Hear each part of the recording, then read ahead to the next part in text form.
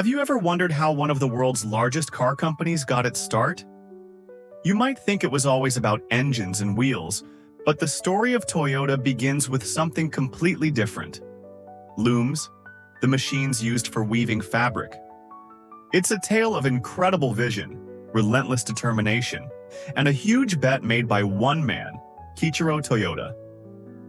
This isn't just a story about cars, it's about transforming a family legacy into a global powerhouse. So buckle up, because we're about to take a journey back in time to discover how a company famous for textiles wove its way into automotive history. The story starts with Kiichiro's father, Sakichi Toyoda. He was a brilliant inventor, often called the king of Japanese inventors. His crowning achievement was the Toyota Model G automatic loom, a revolutionary machine that could operate without constant human supervision. It was so advanced that a British company, Platt Brothers, paid a huge sum for its patent rights in 1929. This sale provided the seed money for what was to come, a 1 million yen windfall that would fuel a dream far beyond the world of textiles. Now enter Kiichiro Toyoda. He was just as inventive as his father, but his fascination wasn't with threads and fabrics. It was with the noisy, powerful, and transformative machines that were beginning to populate the roads of America and Europe, automobiles. While studying at university, Kiichiro was captivated by the internal combustion engine. He saw cars not just as a mode of transport, but as the future of industry and mobility for Japan. In the 1920s and early 30s, Japan's roads were dominated by foreign cars, mainly from Ford and General Motors. These companies had assembly plants in Japan and controlled the market. For Kiichiro, this was more than just a business challenge. It was a matter of national pride and industrial independence. He believed that Japan needed to produce its own cars, built by Japanese hands, for Japanese people. His father, Sakichi, encouraged this ambition before he passed away, famously telling his son, "I dedicated my life to inventing looms. Now it's your turn. You should dedicate your life to making cars." With his father's blessing and the funds from the loom patent, Kiichiro embarked on his mission.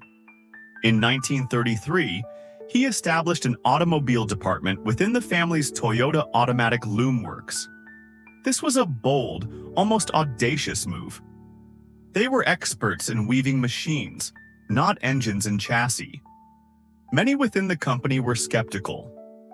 They had a profitable, stable business in looms. Why risk it all on this unproven, expensive venture into automobiles? The technical challenges were immense. Kiichiro and his small, dedicated team started by doing what any good engineer would do. They took things apart. They purchased a Chevrolet and a Ford, disassembling them piece by piece to understand how they worked. This process of reverse engineering was crucial.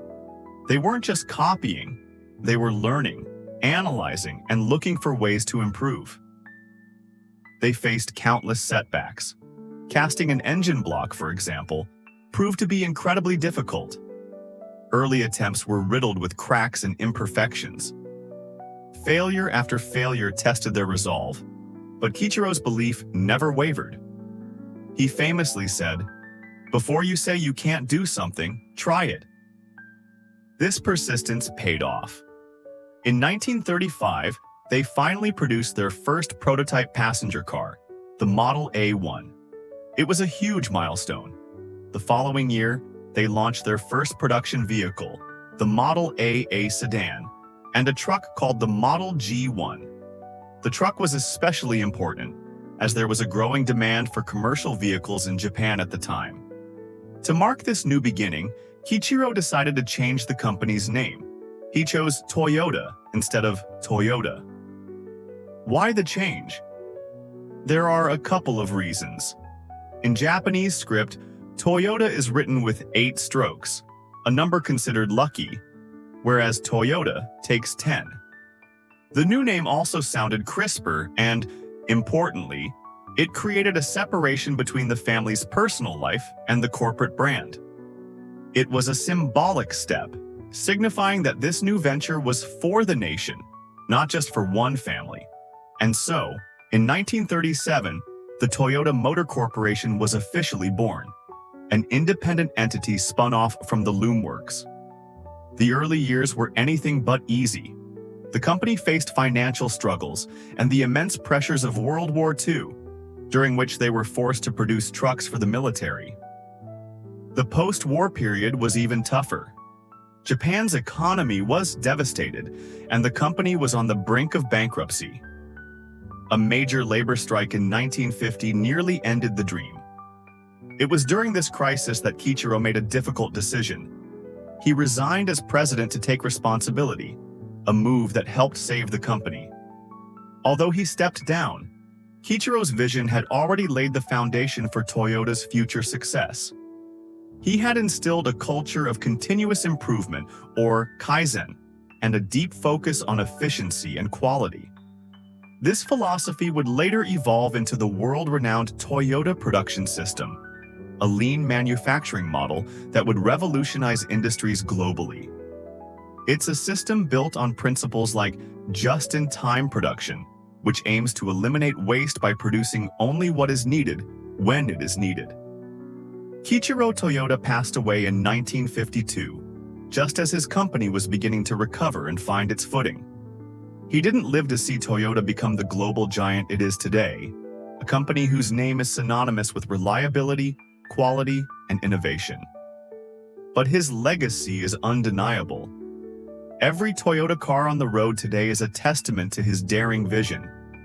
He saw a future that others couldn't, a future where a Japanese loom company could compete with and eventually lead the global automotive industry. So, the next time you see a Toyota, remember the story behind it.